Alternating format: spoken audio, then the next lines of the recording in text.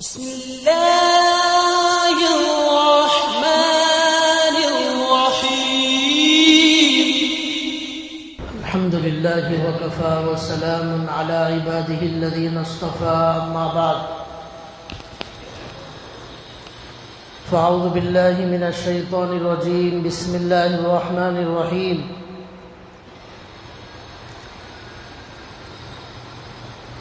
ومنهم من عاهد الله لئن آتانا من فضله لنصدقن ولنكونن من الصالحين فأعقبهم نفاقا في قلوبهم إلى يوم يلقونه بما أخلفوا الله ما وعدوه بما كانوا يكذبون رب اشرح لي صدري ويسر لي أمري واحلل عقدة من لساني يفقهوا قولي سبحانك لا علم لنا إلا ما علمتنا إنك أنت العليم الحكيم اللهم صل على محمد في أول كلامنا اللهم صل على محمد في أوسط كلامنا اللهم صل على محمد في آخر كلامنا صدق الله العظيم. محترم دینی بھائیوں، میں نے کہا تھا گزشتہ جمعہ کہ ہم چوتھے دور میں جی رہے ہیں اللہ کے نبی کی حدیث کی روشنی میں، اور ایمان اور عمل کے اعتبار سے یہ ہمارا دور بہت ہی زوال اور تنزلی کا دور ہے.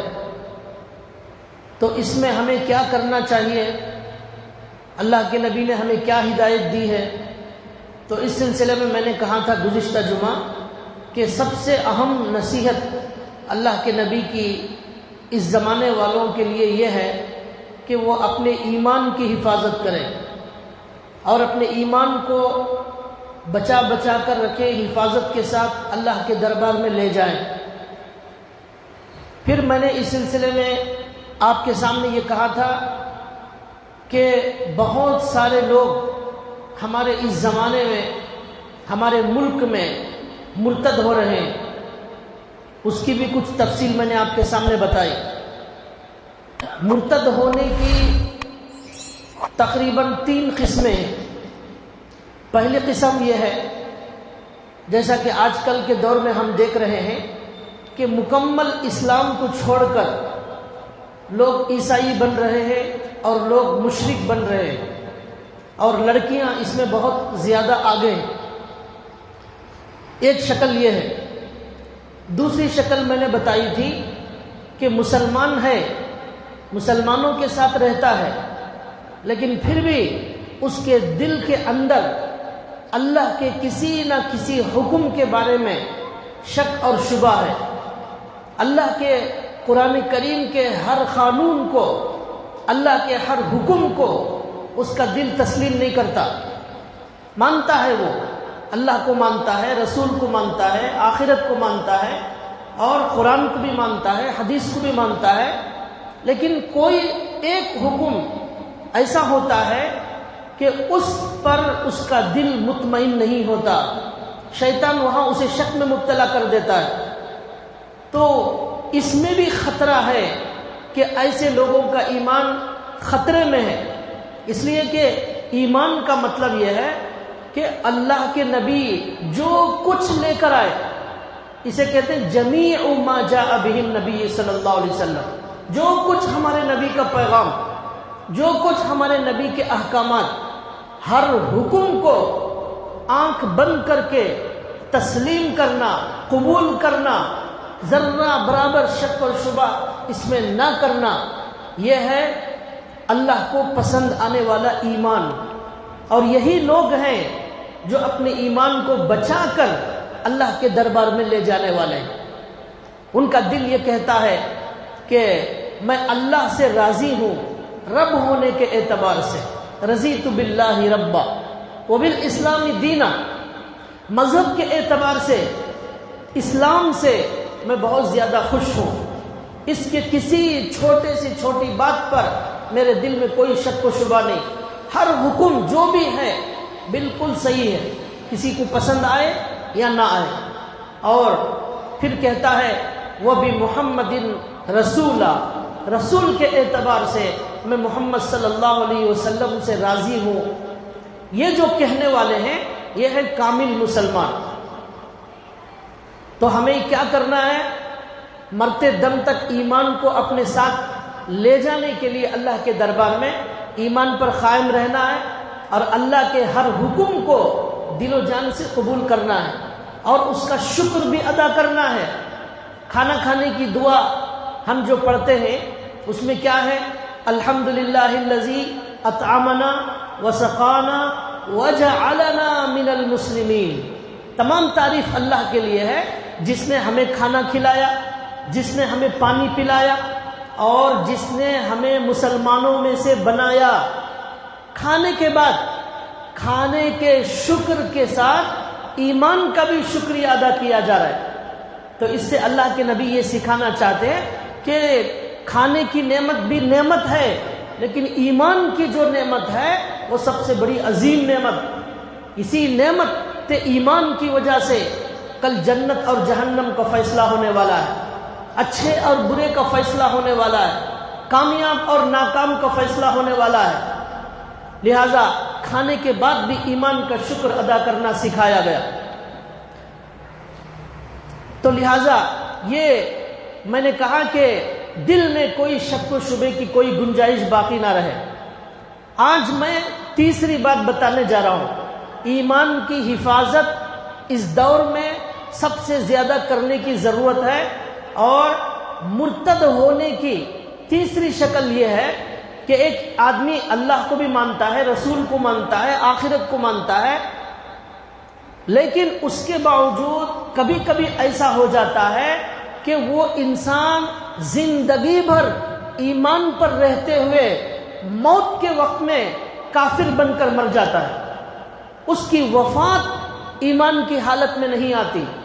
اس موت کے سخت ترین وقت کے اندر شیطان اسے کافر بنا کر دنیا سے یہاں سے جانے کی اسے نوبت آ جاتی ہے۔ یہ بھی مرتد ہونے کی ایک شکل ہے۔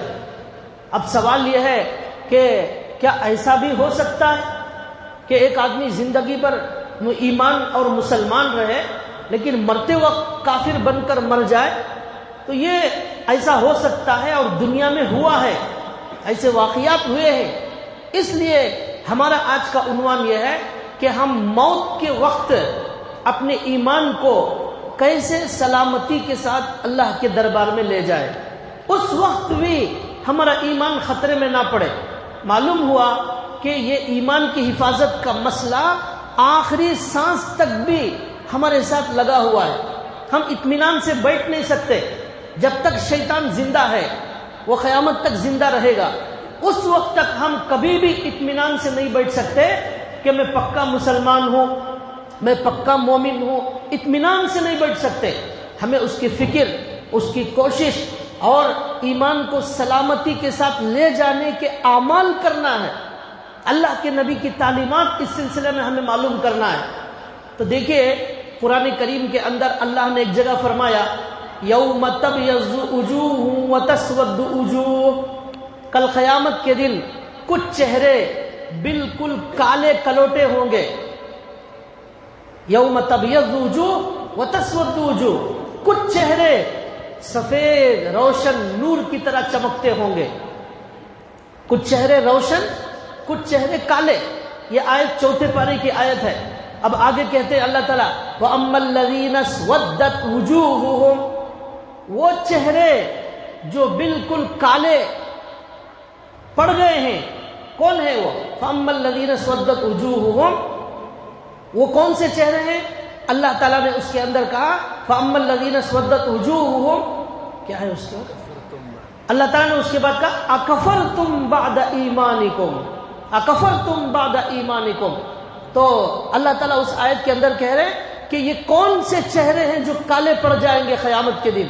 تو اس کے بعد قرآن کہتا ہے کہ ان لوگوں سے جن کے چہرے کالے پڑ جائیں گے ان سے قرآن کہہ رہا ہے، اللہ کہیں گے تم نے ایمان لانے کے بعد دوبارہ کفر کا ارتکاب کیا. تم ایمان لانے کے بعد تم لوگوں نے دوبارہ کفر کا ارتکاب کیا. ایمان لانے کے بعد مشرک بن گئے, ایمان لانے کے بعد پھر کفر کے اندر چلے گئے. اکفرتم بعد ایمانکم فذوقوا العذاب بما کنتم تکفرون. تمہارے کفر میں چلے جانے کی وجہ سے اب جہنم کے عذاب کا مزہ چکھو. اس آیت سے کیا معلوم ہوا کہ کچھ لوگوں کے چہرے اس لیے کالے پڑ جائیں گے کہ وہ ایمان کے بعد کفر میں چلے گئے. تو اس آیت سے ہمیں ڈرنا چاہیے اور عبرت حاصل کرنا چاہیے کہ کہیں ہمارا ایسا انجام نہ ہو جائے. اللہ ہم سب کو, ساری امت کو سفید اور روشن منور چہرے والا بنا کر قیامت کے دن اٹھائے. تو لہٰذا ایک اور آیت ہے جو گزشتہ جمعہ میں نے پڑھی, یا ایھا الذین آمنوا اتقوا اللہ حق تقاتہ ولا تموتن الا وانتم مسلمون. اے ایمان والو, اللہ سے ڈرو اور ایسا ڈرو جیسا کہ اللہ سے ڈرنے کا حق ہے, اور تم نہ مرو مگر مسلمان بن کر. مسلمان بن کر مرنے کا حکم دیا گیا. کیا مطلب؟ مطلب یہ ہے کہ اپنے ایمان کی حفاظت آخری سانس تک کرو. اللہ کے دربار میں اس ایمان کو لے جانا ہے, وہاں تک اس کی حفاظت اور فکر کرنا ہے. اس آیت سے بھی ہمیں یہی سکھایا جا رہا ہے. اور ایک حدیث اللہ کے نبی صلی اللہ علیہ وسلم کی, جس میں اللہ کے نبی فرماتے ہیں انما الاعمال بالخواتیم. ان اعمال کا اعتبار آخری وقت کے لحاظ سے ہوگا. آخری وقت کے لحاظ سے ایمان کا فیصلہ ہوگا. کس کے پاس ایمان ہے, کس کے پاس ایمان نہیں ہے. اب ہماری زندگی میں سب لوگوں کو دیکھ کر یہ فیصلہ نہیں ہوگا. مرتے وقت جس کے پاس ایمان ہے وہ مومن, مرتے وقت جس کے پاس ایمان نہیں ہے وہ کافر. تو کہتے ہیں اللہ کے نبی انما الاعمال بالخواتیم. اعمال کا اعتبار تو خاتمے کے لحاظ سے ہوگا, جیسا خاتمہ ہوگا ویسا فیصلہ ہوگا. اس حدیث سے بھی اللہ کے نبی یہی سمجھا رہے ہیں, یہ بتا رہے ہیں کہ آخری وقت میں ہمارے ایمان کو صحیح سلامت لے جانا, یہ ہے اصل ایمان والا. تیسری دلیل, اللہ کے نبی صلی اللہ علیہ وسلم کی بہت ساری دعائیں اللہ کے نبی نے ہمیں ایسی سکھائی ہیں جس میں اللہ کے نبی صلی اللہ علیہ وسلم اللہ سے دعا مانگ رہے ہیں. ایمان پر خاتمے کی دعا اللہ کے نبی مانگ رہے ہیں. تو آپ سوچئے ہمیں مانگنا کتنا زیادہ ضروری ہے. لوگ آج دعا مانگنے کا اہتمام نہیں کرتے, اس کے لیے وقت نہیں نکالتے, اور اللہ کے نبی کی دعاؤں کو یاد کرنے کا بھی شوق اور ذوق ختم ہو گیا ہے. قرآن کے لیے ہی وقت نہیں ہے, اب دعاؤں کے لیے کہاں سے وقت نکالیں گے؟ حالانکہ ہمارے نبی دعا مانگتے تھے. حدیث میں آتا ہے اللہ کے نبی کثرت سے یہ دعا مانگتے تھے, اللہم یا مقلب القلوب, اے اللہ آپ دلوں کو پلٹنے بدلنے والے ہیں, ثبت قلبی علی دینک, اے اللہ میرے دل کو آپ کے دین پر ثابت رکھیے, مضبوطی سے جما دیجئے میرے دل کو آپ کے دین پر. کثرت سے یہ دعا پڑھتے تھے. اور ایک اللہ کے نبی نے دعا فرمائی, اللہم انی اسألک ایمانا دائما, اے اللہ ہمیشہ رہنے والا ایمان کا میں آپ سے سوال کرتا ہوں, مجھے آپ ہمیشہ رہنے والا ایمان عطا کر دیجئے. معلوم ہوا کبھی کبھی ایمان ہمیشہ نہیں رہتا, اس لیے یہ دعا مانگی جا رہی ہے. اسی طرح قرآن کریم کے اندر ایک دعا سکھائی, ربنا لا تزغ قلوبنا بعد اذ ہدیتنا وہب لنا من لدنک رحمہ انک انت الوہاب. ہر نماز کے بعد ایک مرتبہ ضرور پڑھ لیجئے یہ دعا. اس میں ہم یہ دعا کر رہے ہیں, اے ہمارے پروردگار آپ ہمیں ہدایت دینے کے بعد ہمارے دلوں کو ٹیڑھا مت کر دیجئے, ہمارے دلوں کے اندر سے ایمان کو اور آپ کی ہدایت کو چھین مت لیجئے. لا تزغ قلوبنا بعد اذ ہدیتنا وہب لنا من لدنک رحمہ, آپ کی طرف سے ہمیں رحمت عطا کر دیجئے, انک انت الوہاب, آپ بہت زیادہ عطا کرنے والے ہیں. اور ایک حدیث میں اللہ کے نبی نے یہ دعا مانگی, اللہم ثبتنی ان ازل, اے اللہ مجھے ثابت قدم رکھیے کہیں پھسل نہ جاؤ. اللہم اہدنی ان اضل, اے اللہ مجھے ہدایت عطا فرما کہیں میں گمراہ نہ ہو جاؤ. یہ اللہ کے نبی مانگ رہے ہیں. حالانکہ ہمارے نبی کے ثابت قدم نہ رہنے کا سوال ہی پیدا نہیں ہوتا، لیکن یہ امت کو سبق سکھایا جا رہا ہے۔ امتیوں کو اللہ کے نبی یہ سکھا رہے ہیں کہ تم اپنی دعاؤں میں یہ اللہ سے مانگو۔ دنیا مانگتے ہیں، دکان مانگتے ہیں، کپڑے مانگتے ہیں، گھر مانگتے ہیں، لیکن ایمان پر مرنے کی توفیق مانگنا یہ بھی بہت اہم ترین دعا ہے۔ لہذا ایک عمل میں بتا رہا ہوں، ہر نماز کے بعد آج سے ہی آپ یہ عمل شروع کریں، ربنا لا تزغ قلوبنا بعد اذ ہدیتنا، یہ دعا ہر نماز کے بعد ایک مرتبہ پڑھیں۔ اور ایک عمل بتا رہا ہوں، فجر کی نماز کے بعد اور مغرب کی نماز کے بعد 7 مرتبہ اللہم اجرنی من النار، اللہم اجرنی من النار، اللہم اجرنی من النار، یہ چھوٹی سی دعا ہے، 7 مرتبہ فجر کے بعد، 7 مرتبہ مغرب کے بعد۔ یہ آپ اہتمام اس کا کریں، اس پر، ان دعاؤں پر اللہ کی طرف سے، اللہ کے نبی کی طرف سے ایمان پر خاتمے کا وعدہ ہے۔ اور تیسرا عمل میں بتا رہا ہوں، یہ ایک ہے سید الاستغفار۔ سید الاستغفار، اللہم انت ربی لا الہ الا انت خلقتنی انا عبدک وانا علی عہدک ووعدک ما استطعت ابوء لک بنعمتک علی وابوء لک بذنبی فاغفر لی فانہ لا یغفر الذنوب الا انت۔ یہ سید الاستغفار ہے، استغفار میں سب سے اہم استغفار ہے یہ، اور بہت زیادہ بڑا نہیں ہے، 2 لائن کا ہے۔ اس کے بارے میں اللہ کے نبی نے فرمایا، جو صبح میں پڑھ لیتا ہے شام تک اس کا انتقال ہو جائے وہ جنتی ہوگا، جو شام میں پڑھ لے صبح میں تک اس کا انتقال ہو جائے وہ بھی جنتی ہوگا۔ کیا اس حدیث سے ہمیں یہ معلوم ہو رہا ہے کہ جو آدمی یہ پڑھ لے گا اس کا انشاءاللہ ایمان پر خاتمہ ضرور ہوگا۔ اللہ کے نبی نے جنتی کا وعدہ کیا ہے، اور جنتی مومن بن کر ہی مرے گا، ایمان پر ہی خاتمہ ہوگا، ورنہ وہ جنت میں کیسے جائے گا؟ تو یہ 3 عمل آپ اس کا اہتمام کریں، آپ کے 2 سے 3 منٹ زیادہ سے زیادہ لگیں گے، اور آپ کو کتنا بڑا تحفہ مل رہا ہے، ایمان پر مرنے کا تحفہ مل رہا ہے، اس لیے اس کا اہتمام کریں۔ امام رازی رحمت اللہ علیہ کی ایک بات میں 1-2 جمعہ پہلے مختصر بتایا تھا، آج وہ پھر یاد آ رہی ہے۔ امام غزالی اپنی کتاب احیاء العلوم کے اندر 4 جلد میں لکھتے ہیں، پہلی جلد میں لکھتے ہیں، کہتے ہیں کہ ایک بہت اہم بات یاد رکھنے کی یہ ہے کہ اب یہ سوال پیدا ہوتا ہے کہ ہم اپنے ایمان کو سلامت رکھنے کے لیے کیا کرنا ہے، کون لوگ ہیں جن کا ایمان خطرے میں پڑ جاتا ہے؟ تو امام رازی اس کا جواب دیتے ہیں، بہت بڑے عالم ہیں امام رازی، ان کا حوالہ ساری دنیا کے علماء اپنی کتابوں میں دیتے ہیں۔ وہ کہتے ہیں جو آدمی صرف کلمہ طیبہ پڑھتا ہو، جو آدمی صرف کلمہ طیبہ پڑھ لینے کو کافی سمجھتا ہو اور یہ سمجھتا ہو کہ میں مسلمان ہوں، میں جنت میں جاؤں گا، صرف کلمہ پڑھتا ہے لیکن اس کی زندگی میں اعمال نہیں ہے، طاعتیں نہیں ہے، نماز نہیں ہے، روزہ نہیں ہے، حج زکوٰۃ نہیں ہے، صدقہ خیرات نہیں ہے، حلال حرام نہیں ہے، اعمال نہیں ہے، صرف کلمہ پڑھ لینے کو کافی سمجھتا ہے، تو امام رازی کہتے ہیں کہ ایسے لوگوں کا ایمان موت کے وقت سلامت نہیں رہتا، ایسے لوگوں کا ایمان موت کے وقت سلامت نہیں رہتا۔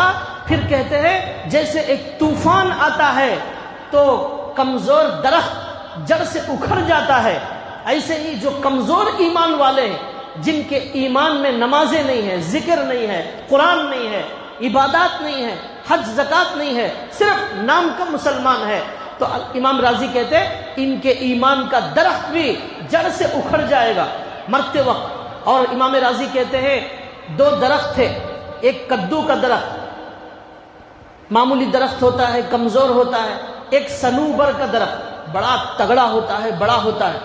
تو امام رازی کہتے ہیں جو ایسے مسلمان ہیں جو کبھی نماز نہیں پڑھتے، کبھی کبھی جمعہ میں آ جاتے ہیں، کبھی عید میں آ جاتے ہیں، اور اللہ کے اعمال اطاعت سے کوئی تعلق نہیں ہوتا، وہ اپنے آپ کو مسلمان سمجھتے ہیں، اور نیک لوگوں کو دیکھ کر یہ کہتے ہیں ہم میں ان میں کوئی فرق نہیں۔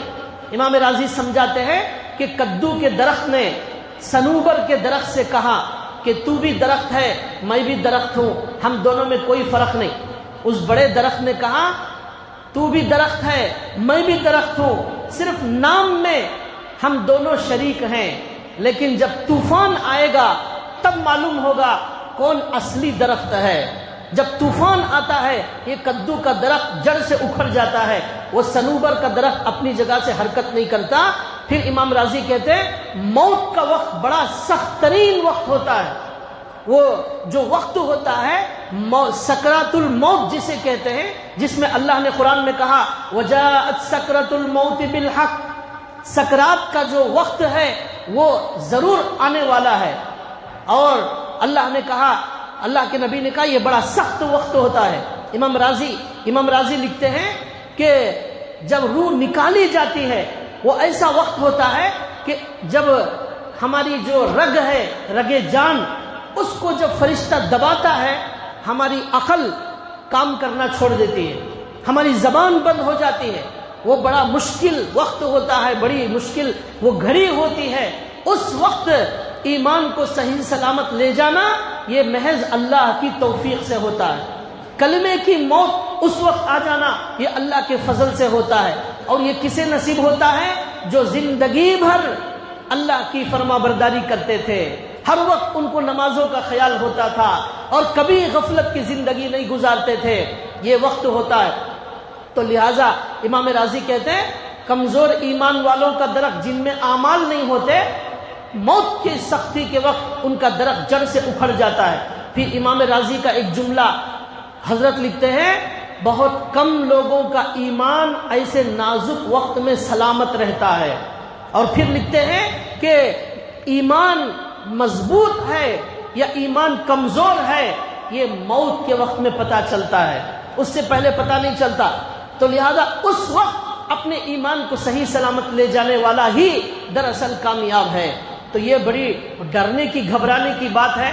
بہت سارے لوگ بڑی آسانی سے نمازوں کو ضائع کر دیتے ہیں اور اس کی کوئی پرواہ نہیں کرتے۔ یاد رکھیے کہ ایمان ایک جڑ کی طرح ہے، اور درخت کے اندر پھل بھی ہوتے ہیں، پھول بھی ہوتے ہیں، شاخیں ہوتی ہیں، ٹہنیاں ہوتی ہیں، وہ سب مل کر درخت بنتا ہے۔ اس لیے ہمارے سارے اعمال مل کر ایمان مکمل ہوتا ہے۔ اللہ کے نبی نے فرمایا ایمان کے 70 سے زائد شعبے ہیں، سب سے افضل شعبہ لا الہ الا اللہ محمد رسول اللہ، سب سے کم درجے کا شعبہ یہ ہے راستے سے تکلیف دینے والی چیز کو ہٹا دینا، یہ بھی ایمان کا حصہ ہے۔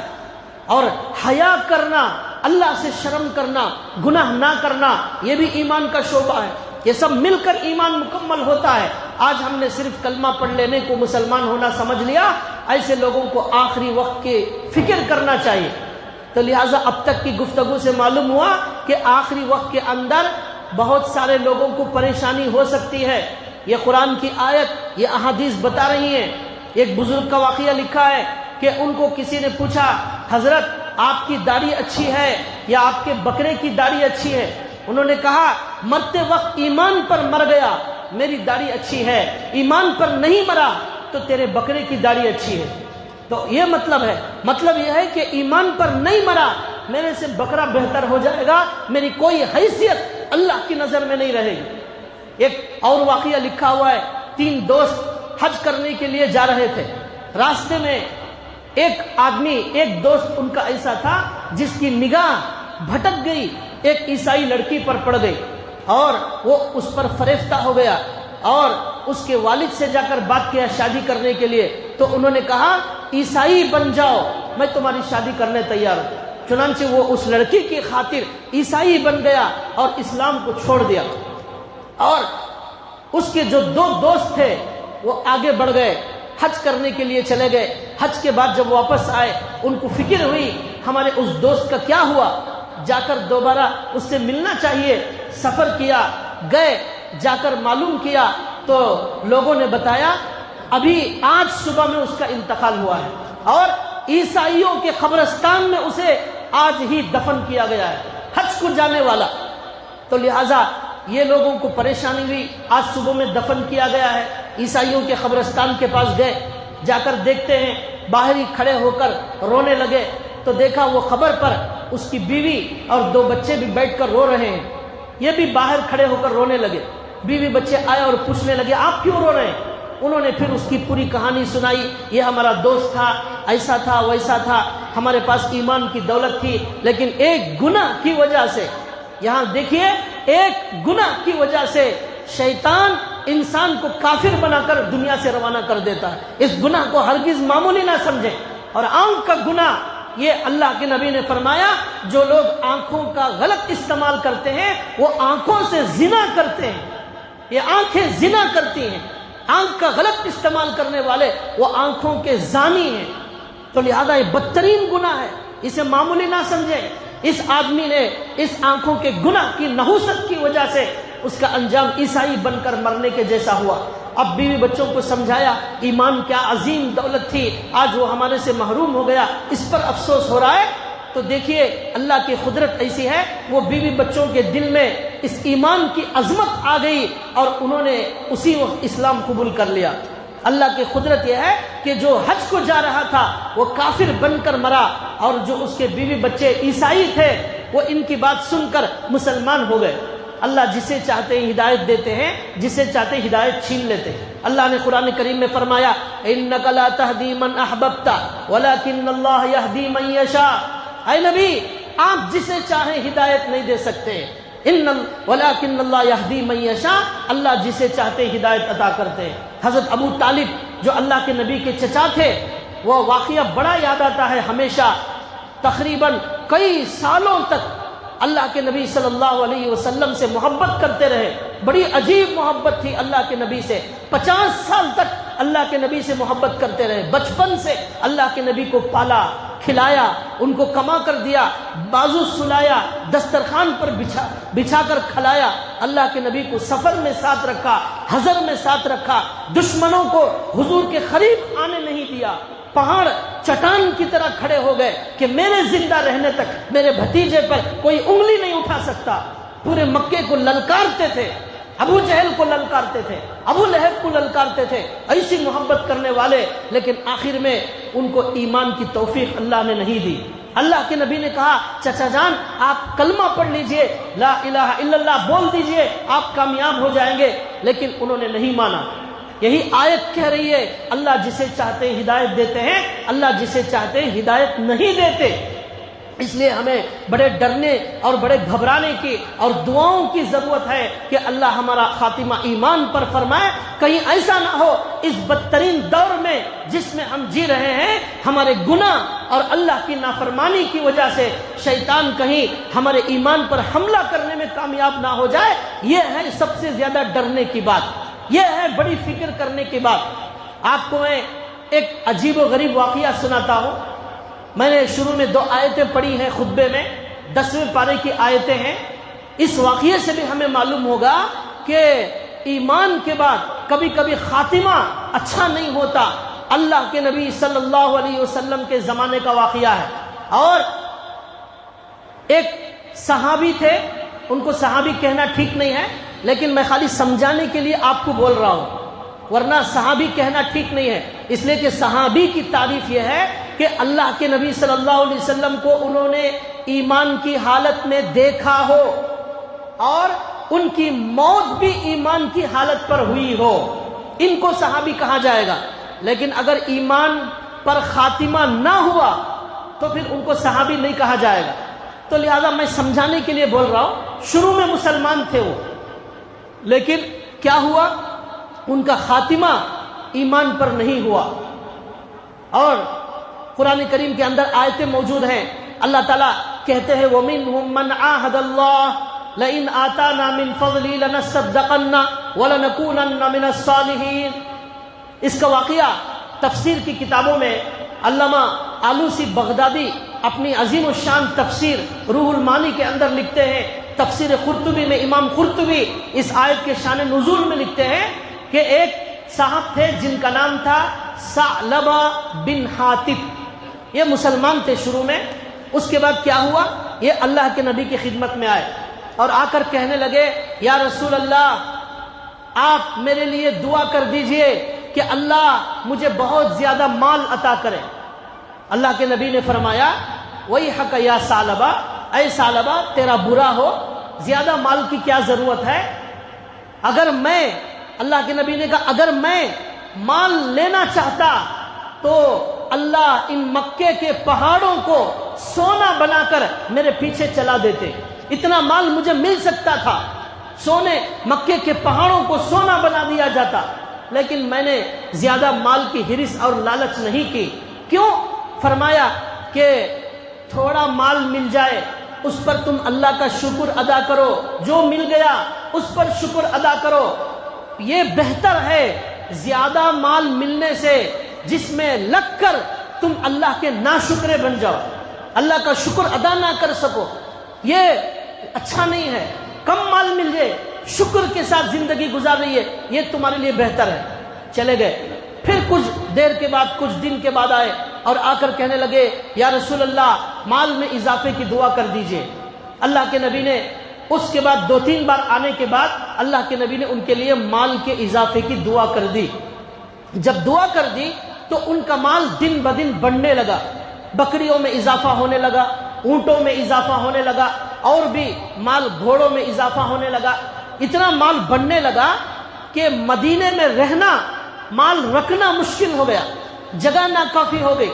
تو مدینے کے قریب پہلے رہتے تھے، وہاں سے منتقل ہو کر مدینے کے ذرا پیچھے کے حصے میں چلے گئے، باہر نکل گئے، وہاں اپنا مال اور ساز و سامان کے ساتھ رہتے تھے.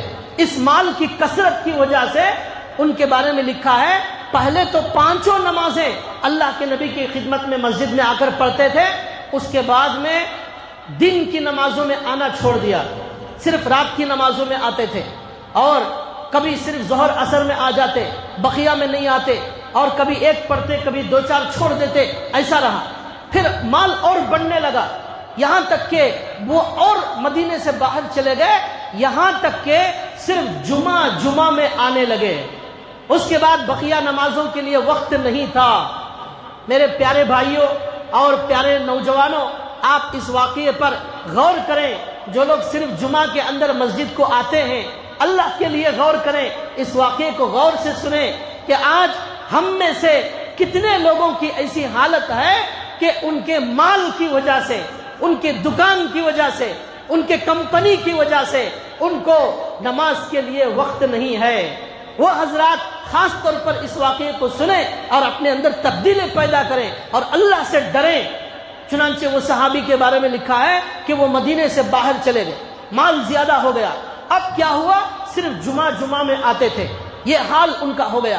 اب اس کے بعد ان کے بارے میں قرآن کریم کے اندر آیت نازل ہو گئی.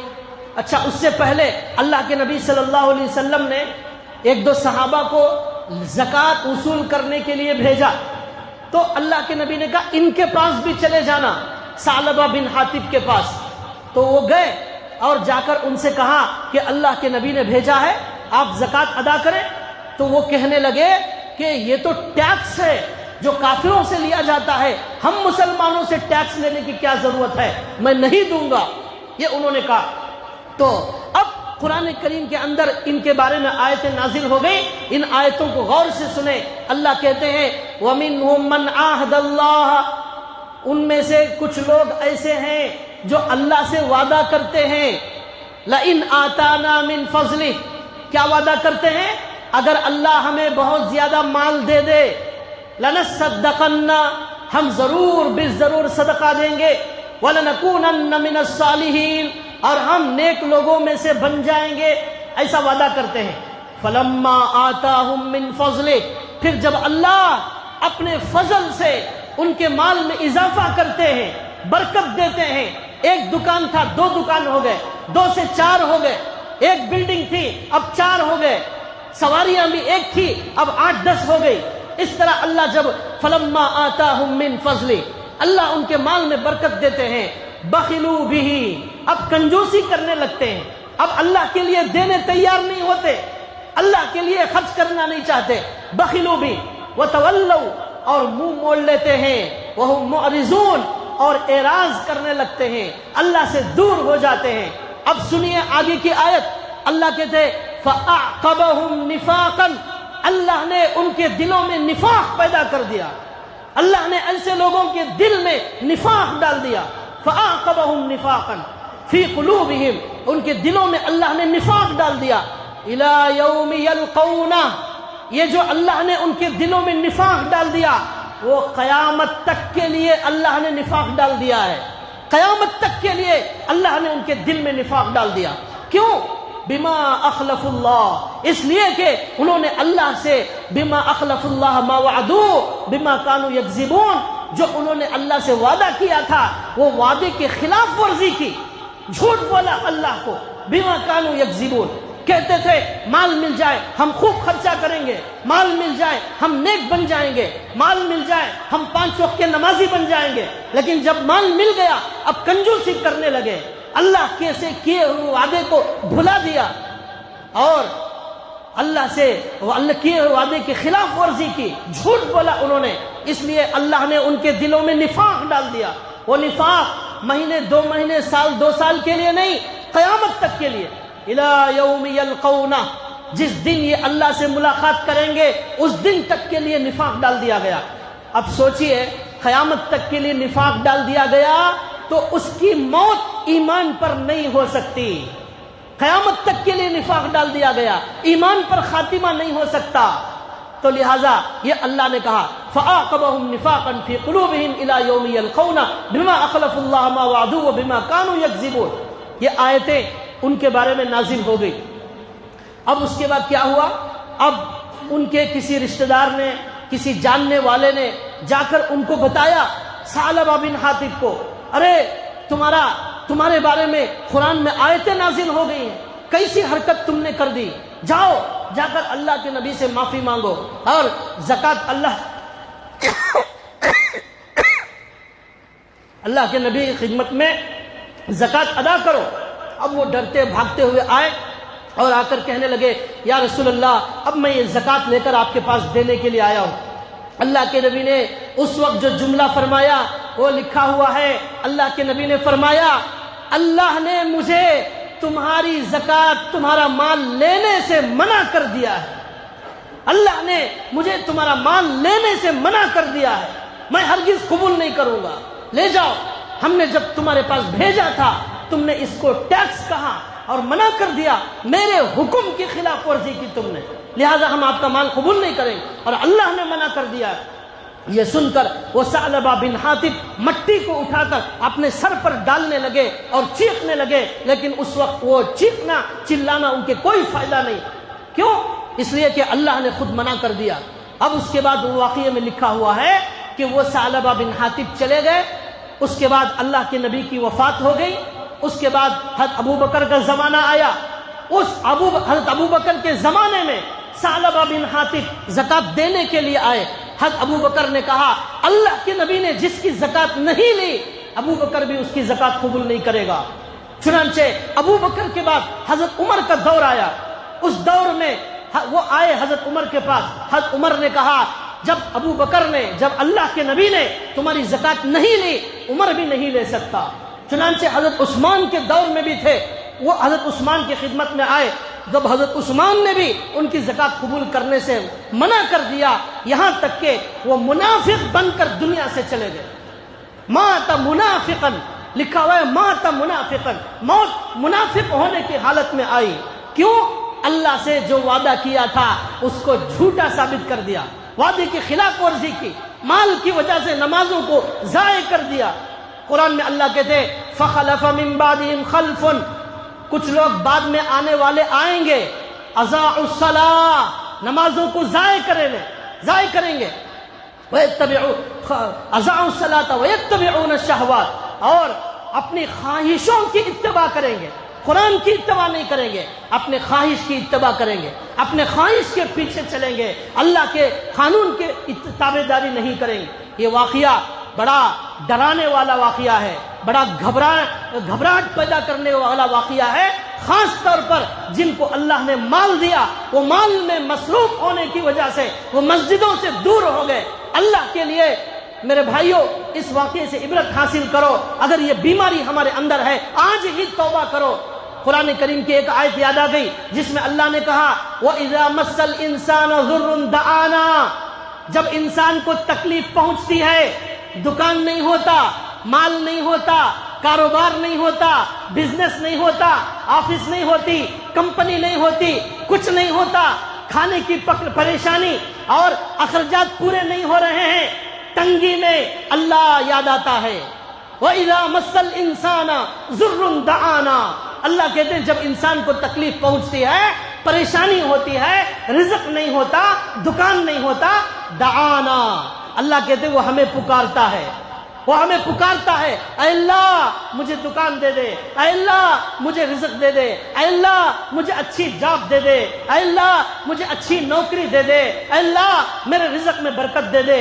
ثم اذا خولناه نعمتا منا، پھر جب ہم اپنی طرف سے اسے ہم رزق عطا کر دیتے ہیں، نعمت سے مالا مال کر دیتے ہیں، ثم اذا خولناه نعمتا منا قال انما اوتیته على علم، اللہ وہ کہتا ہے یہ مال تو میرے تجربے سے میں کمایا ہوں، میرے پاس بڑی مہارت تھی، رات بچپن سے خون پسینہ ایک کر کر کمایا ہوں، رات دن ایک کر کر کمایا ہوں، اور بڑے مجاہدے کیا ہوں، بڑے قربانیاں دیا ہوں، یعنی اللہ یاد نہیں آتا، یہ نہیں کہتا اللہ کے فضل سے اللہ نے مجھے دیا، میں بھکاری تھا، میں بھوکا تھا، میں ننگا تھا، اللہ نے مجھے کپڑے دیے، میں بھوکا تھا، اللہ نے مجھے کھانا کھلایا، میں ننگا تھا، اللہ نے کپڑے پہنائے، اللہ کا فضل، اللہ کا شکر، یہ کہنے کے بجائے کہتا ہے انما اوتیتہ علی علم، میرے پاس بڑی مہارت ہے، میرے پاس بڑا تجربہ ہے،